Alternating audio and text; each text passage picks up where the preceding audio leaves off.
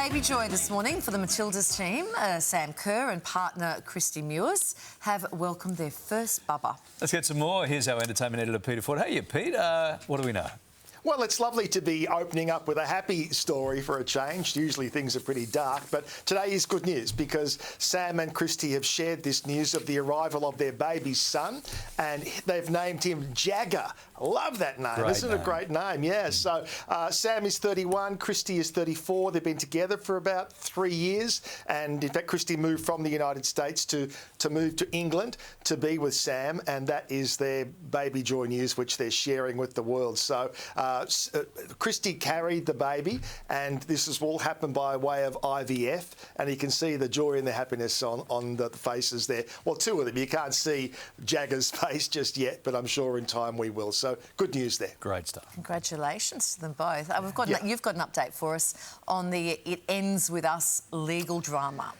Yes, so Blake Lively's attorney has announced that she will be testifying when this case goes to trial in March of next year. So it's still a time off. I still don't think we're ever going to see this in a courtroom. I think they'll have to find a way out of this. But according to the attorney, yes, she will be testifying. She's got a lot to say, and she has indicated a couple of weeks ago that there's a lot of things that she's not said or revealed yet. Now, certainly Justin Baldoni has very much played this out publicly. He's been very happy to share all sorts of receipts and documents and emails and voicemails to kind of counter the stuff that she's been claiming in this. But of course, all that really matters is what happens in a courtroom when you are dealing with something that has so much monetary value attached to it. So the attorney's going on to say, I would assume jokingly, that they should be booking the Madison Square Garden and they should be selling tickets, and the money from that should go to various domestic violence charities, because that is what he says is Blake's major motivation. So wait and see where that one goes. All right, let's move on, Pete. An unlikely face spotted in the crowd as the new Pope was announced, right? Yeah, kind of random. In amongst those thousands and thousands of people there for the historic moment was no less than Harry Styles. And Harry Styles, we believe, is Catholic. But, you know, whether you're Catholic or not, it was a historic moment. Anyone who was in Rome would certainly want to be there. Looks a bit different there, doesn't he? Do you think he's deliberately in disguise? Do we know for sure it's him, Pete?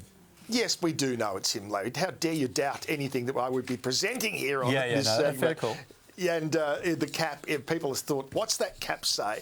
And so they've gone searching, and the cap says, Techno is my boyfriend. What does that mean? Do you know what that means? Techno is my boyfriend. I could pretend, are we just too old? but I don't really. No, what do you think it means? Well, I guess it means he's got a boyfriend named Techno. That's true. Could be as simple as that. Is it what's on the box? I don't know. You know what? But I think we just should be quiet because it's obviously some famous line, something, and everybody who's about 22 knows what it means. Did the Pope say that? The Pope didn't say that, but talking of papal matters, I thought this was quite interesting. Yeah. So President Joe Biden and Dr. Jill Biden have given an interview on The View. He seemed to be in pretty good form, actually. But I thought the interesting insight, he talked about his relationship with the late Pope Francis and how Pope Francis would ring him. It sounds like Pope Francis would work those phones and get results when he decided he wanted it, and President Biden was quite open to it. Have a look at a little of the interview.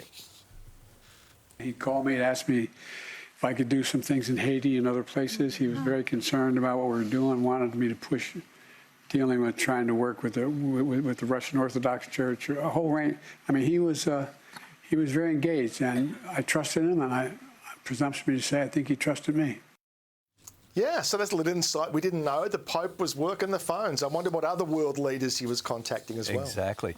Pete, plenty around. We'll get back to you again shortly. Thank you, mate.